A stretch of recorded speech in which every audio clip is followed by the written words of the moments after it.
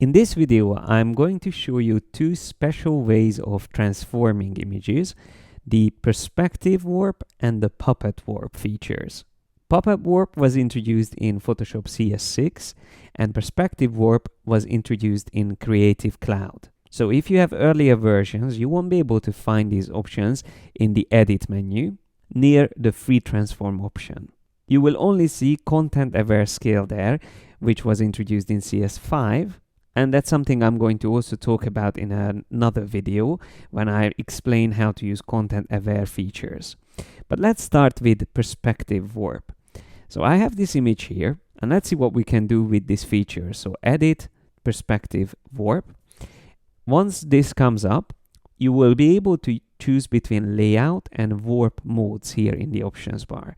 You start in layout mode, with which you define an area within the image, a plane, a three-dimensional plane, which you want to adjust.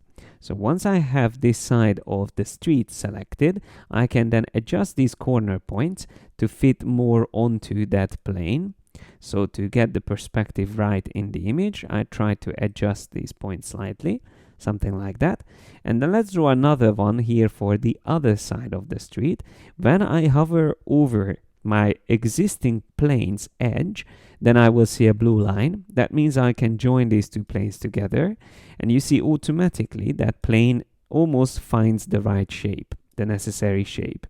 So we set up this as well, once again trying to set the vanishing points up and also all these points to work perfectly. So that's my current perspective in the image. But the way we can use the perspective warp is that we can change the perspective in images. So once I'm ready with my layout, I can switch to warp. And once I click on that, I can start making adjustments. One of the options that we have here in the options bar is that we can automatically straighten vertical lines in our composition. So if I click on that, you see that automatically adjusts the image slightly. Wherever there was a bit of perspective distortion, now it's completely straight. But I can also shift click on a line within my layout, which will keep that straight. And then I can drag either the top or the bottom point around to move that point of the street, changing the perspective. So I can see more of the street on the right side or the other side by adjusting this point in the image. Of course, some other details will get distorted a bit too much, like these poles, but that's something I would remove from the image anyway by using retouching techniques, which we will learn about much more in other videos. But for now, I just wanted to show you how to use the perspective warp. And when you made your change, let's say we change the angle, then we can just click on accept by clicking on the commit option here or pressing enter on the keyboard. So once we change the angle, we can then deal with all the rest of the issues we created, like missing details around the corners. But let's see another example of the perspective warp. Once again, first I go to edit, perspective warp, and then I make one selection first, which then I align to this building here. So that's the front of the building or this castle. And then I create another one, which then later I attach to that first one. And I'm going to set up this as a stronger perspective here on the other side. Something like that. Maybe I can extend this slightly further up just so we can select all the wall on the right side.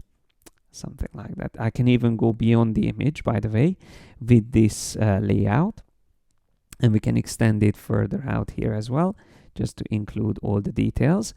And now if I switch to the warp option, we can start again adjusting these points, and you can see how quickly we can create a completely different perspective in the image. So instead of that low angle that I took this shot from, I can adjust to make it more like a higher point of view. And then it's all about just adjusting the rest of the image wherever we have these missing details.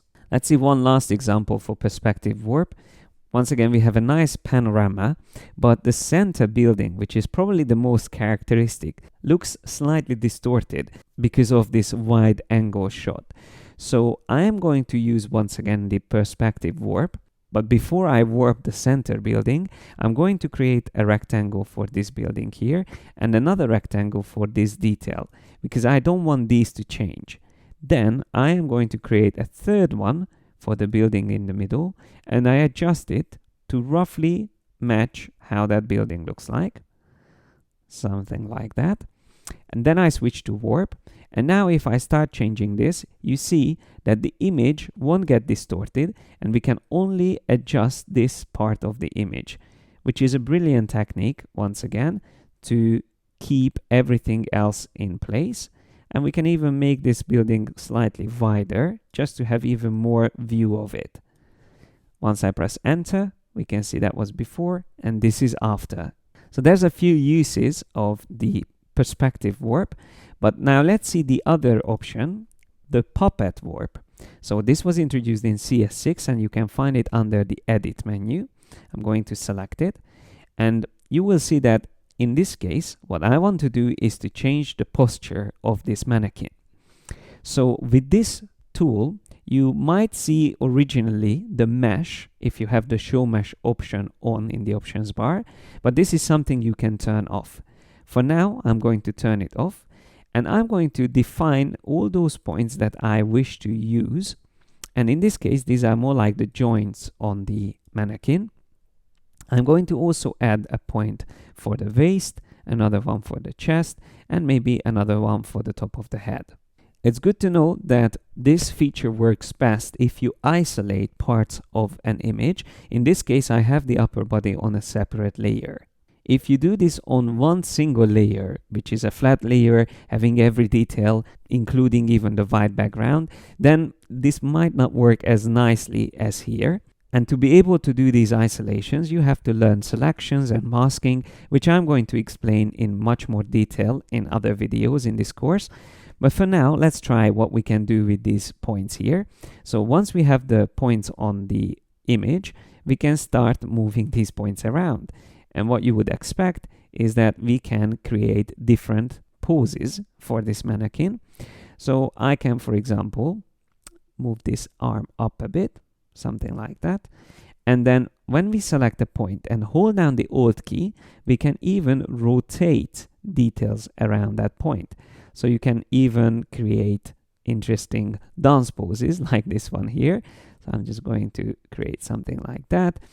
And then maybe also add a bit of movement on the head and also a bit of movement on the shoulders. Something like that. We can, of course, move the shoulders down or up. Once again, just to have a little bit of character on this mannequin. Something like that. And of course, if you feel like the arms look a bit crooked or bent, you can also add more points and adjust each of the limbs or the segments of the body. So when I press enter, you can see that's after, and this was before. So this is how the puppet warp works. But on another example, I would like to show you also that if you set up each element that you use with the puppet warp as a smart object, then you can also control these points at any time later as well. So you can see I have the necklace on a separate layer, left earring and right earring in this example all separated, and they are all turned to smart objects. Remember, that's something I showed you in the previous video. When you right click on a layer, you can choose convert to smart object. So we use that for scaling and preserving the rotation, angle, but here it will preserve the editing that we do with the puppet warp. So let me start with the left earring. I go to edit, puppet warp, and then I can define these three most important points on that earring. And if I zoom a little bit closer, we can see exactly what's going to happen. So now I can start moving these points around and adjust the earring in any angle I wish. So once we are ready, we can click on accept, and you see the puppet warp is added as a smart filter, which I can always turn off to see the original or turn it back on. And by double clicking on puppet warp here, I will also get these points back. If I wish to remove one of these points, I can Alt click on it, that removes it, or of course I can define new ones as well. And don't forget that you can rotate points as well if you hold down the Alt key. Once you updated your Puppet Warp, just accept it and it will update here within the Smart Filter. So this is a way of non-destructively using Puppet Warp, which is another key term in Photoshop, and this is again something I'm going to explain in more detail. But for now, that's all I wanted to show you about these two special warp features. And in the next video, we will deal with another very important topic, selections.